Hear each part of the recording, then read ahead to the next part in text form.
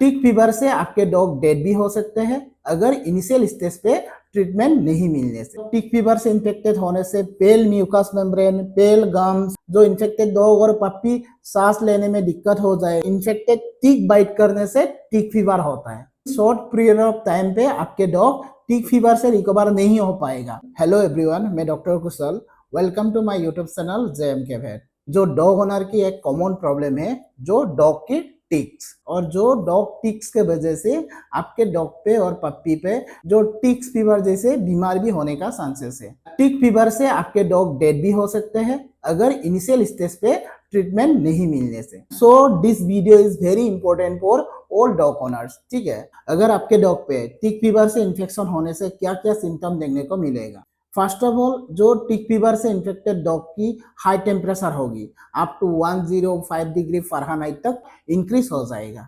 ठीक है, एंड जो टिक फीवर से इन्फेक्टेड डॉग खाना नहीं खाएगी और कम खाएगी, आपके डॉग पे लेथर्जिक वीकनेस देखने को मिलेगा। अगर आपके डॉग टिक फीवर से इन्फेक्टेड होने से पेल म्यूकस मेम्ब्रेन, पेल गम्स, जो इन्फेक्टेड डॉग एनीमिक हो जाएगा और जॉन्डिस भी होने का चांसेस है। जो टिक फीवर से इन्फेक्टेड डॉग की फेस एरिया पे, नेक एरिया पे और जो नी एरिया पे स्वेलिंग देखने को मिलेगा, मींस जो लिम्फ भी स्वेलिंग होने का चांसेस है। टिक फीवर से इन्फेक्टेड डॉग की general symptom like joint pain होगी, जो इन्फेक्टेड डॉग की नोज से ब्लीडिंग भी आ सकता है, जो इन्फेक्टेड डॉग और पप्पी सांस लेने में दिक्कत हो जाएगा। एंड जो टिक फीवर से इन्फेक्टेड सीवियर केसेस में neurological symptom like seizure, incoordination of gait, अच्छे से चल नहीं पाएगा, जो common symptom like vomiting, diarrhoea, coughing. अगर आपके डॉग को प्रॉपर टाइम पे बेस्ट ट्रीटमेंट नहीं मिलने से आपके डॉग और पप्पी डेथ होने का भी चांसेस है।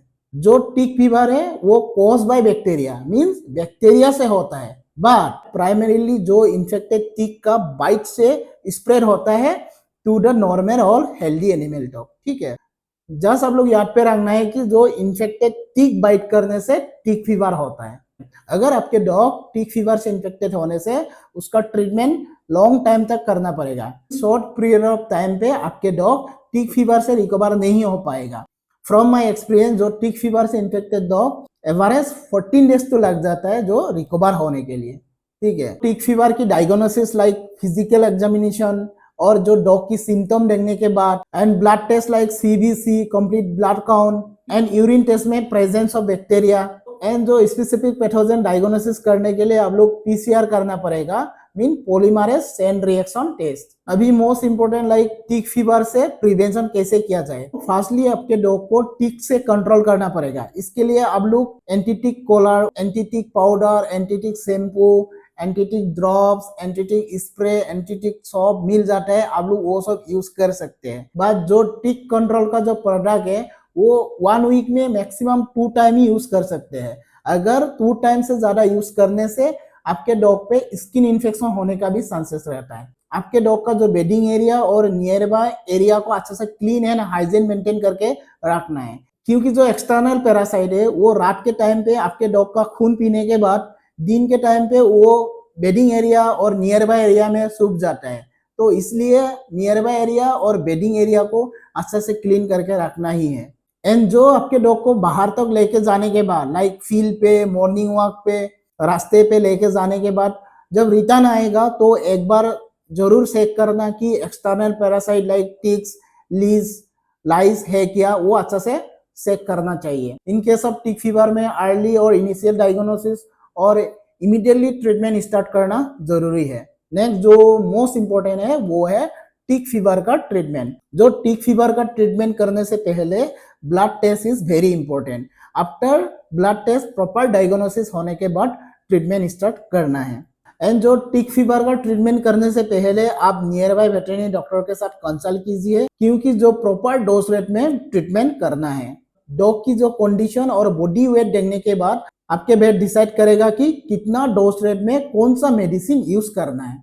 Like example antibiotic like doxycycline और टेट्रासाइक्लिन और combination of both. Selection of antibiotic and proper dose rate is very important in case of tick fever in dog. And जो टिक फीवर से infected dog खाना नहीं खाएगी, weakness होगी, lethargic होगी and ultimately dehydration में चला जाएगा। सो हम लोग फ्लूइड थेरेपी देना ही पड़ेगा। जो टिक फीवर से इन्फेक्टेड डॉग की फीवर होगी, सो फीवर को रिड्यूस करने के लिए हम लोग एंटीपायरेटिक का इंजेक्शन देना पड़ेगा। एंड जो टिक फीवर से इन्फेक्टेड डॉग की जॉइंट पेन होगा, सो पेन मैनेजमेंट करना पड़ेगा। एंड जो टिक फीवर से इन्फेक्टेड डॉग एनीमिक हो जाएगा, आरबीसी प्लेटिलेट काउंट भी डिक्रीज हो जाएगा, सो इन्फेक्टेड डॉग को हम लोग iron supplement and RBC supplement देना है। डॉग की जो टिक फीवर में सीवियर केसेस में complication like kidney disease, liver disease, neurological symptom आ जाता है।